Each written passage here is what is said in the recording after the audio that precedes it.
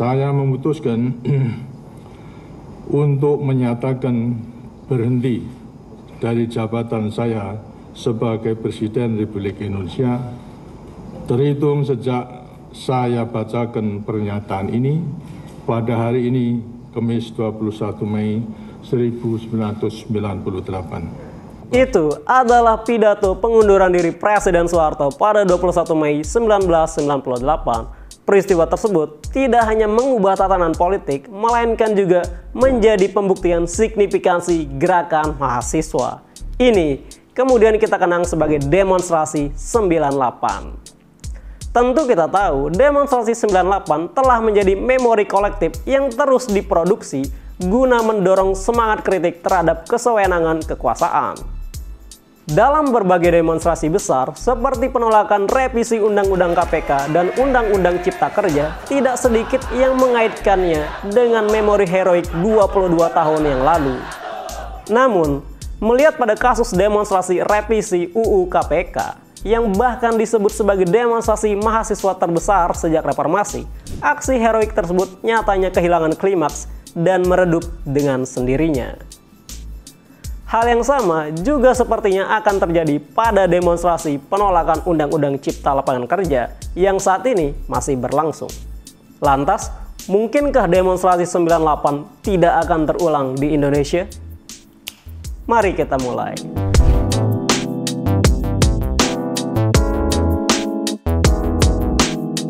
Setelah peristiwa 98, tidak sedikit pihak yang menyebutkan bahwa kekuatan politik mahasiswa justru perlahan mulai meredup.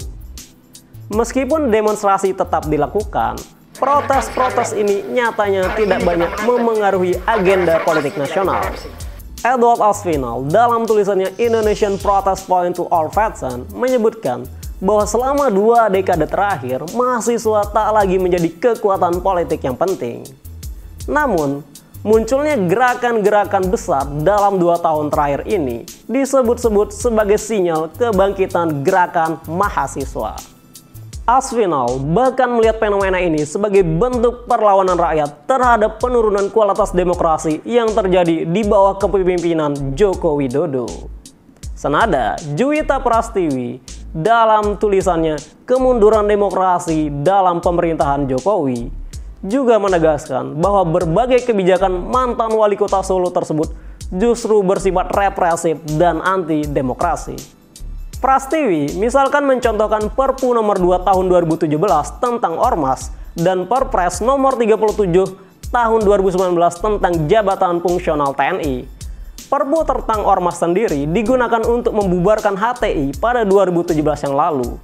Masalahnya adalah Perpu ini memungkinkan pemerintah untuk membubarkan ormas tanpa proses peradilan. Sedangkan Perpres Jabatan TNI dinilai berbenturan dengan semangat reformasi karena adanya kekhawatiran bangkitnya Dwi Fungsi ABRI. Apabila pendapat Juwita Prastiwi ini dianggap benar, menurut Noet dan Selznick, pemerintah yang represif akan lebih mementingkan ketertiban. Hukum menjadi subordinat dari politik kekuasaan. Kekuasaan meminta ketaatan tanpa syarat, ketidaktaatan dianggap sebagai pembangkangan, kritik dianggap sebagai ketidaksetiaan.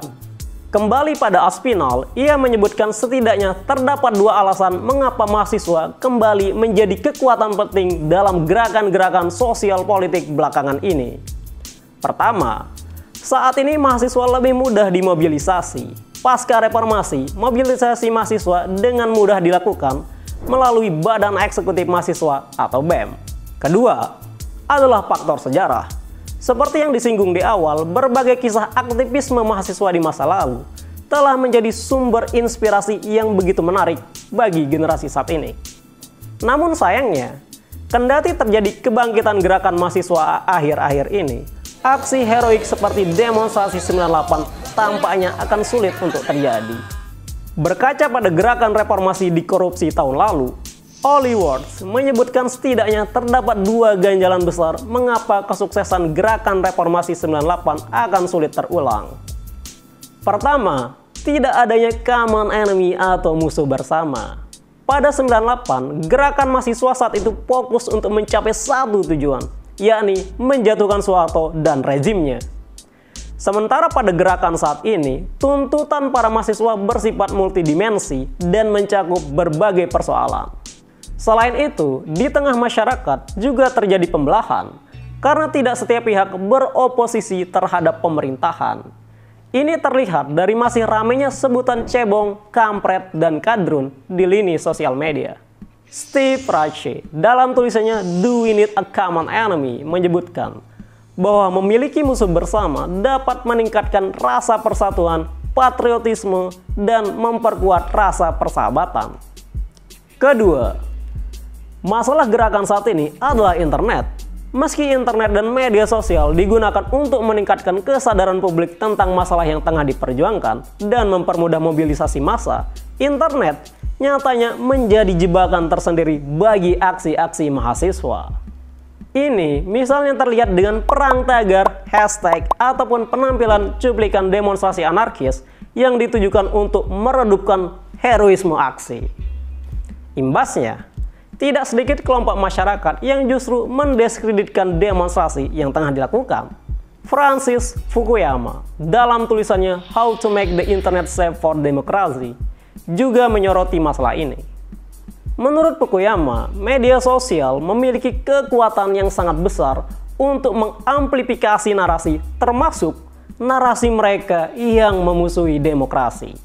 Pada gerakan reformasi di korupsi, internet justru dimanfaatkan oleh pihak-pihak tertentu untuk membelokkan narasi yang semula ingin mengkritisi sejumlah produk hukum menjadi narasi penggulingan pemerintahan yang sah.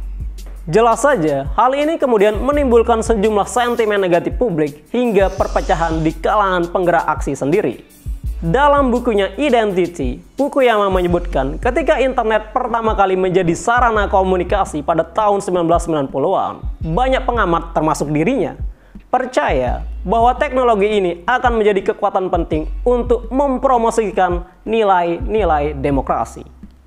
Namun, seiring berjalannya waktu, internet justru dimanfaatkan khususnya oleh pemerintah otoriter untuk menjadi alat pembelah narasi dan melemahkan saingan politiknya. Lantas, dengan tidak mungkinnya internet dilepaskan dari kehidupan saat ini, mungkinkah gerakan aksi akan selamanya mudah untuk dipecah? Melihat berbagai demonstrasi besar di negara lain seperti demonstrasi Hong Kong, faktor internet nyatanya tidak menjadi ganjalan aksi. Dan Brancati dan Nathan Lowe menyebutkan dua faktor mengapa demonstrasi Hong Kong dapat terus berlanjut kendati mendapatkan berbagai pendiskreditan, pelabelan, dan represi. Pertama, para demonstrasi dinilai mempertahankan dukungan rakyat melalui strategi be water atau tidak terlalu lama menduduki suatu wilayah, menggunakan berbagai strategi untuk menekan pemerintah, dan terus menjaga solidaritas. Kedua, adanya dukungan internasional seperti yang datang dari Amerika Serikat. Dukungan ini mudah untuk dipahami karena Amerika tengah berseteru dengan Tiongkok khususnya terkait perang dagang. Pada demonstrasi 98, dukungan internasional juga dipercaya sebagai faktor penentu gerakan tersebut.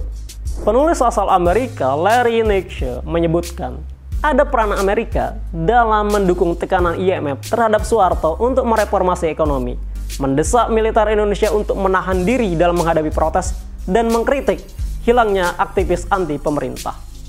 Selain itu, memuncaknya gejolak massa akibat krisis ekonomi juga diakibatkan karena IMF keliru dalam memberikan resep perbaikan ekonomi. Dengan kata lain, secara tidak langsung IMF dapat dikatakan berperan dalam kejatuhan Soeharto. Bagaimanapun, suatu gerakan massa memang membutuhkan logistik untuk menjaga energinya dalam mengkritik kekuasaan. Tentunya, dengan adanya dukungan logistik, misalnya dari luar negeri, gerakan besar berkelanjutan seperti di Hong Kong sangat mungkin untuk terjadi.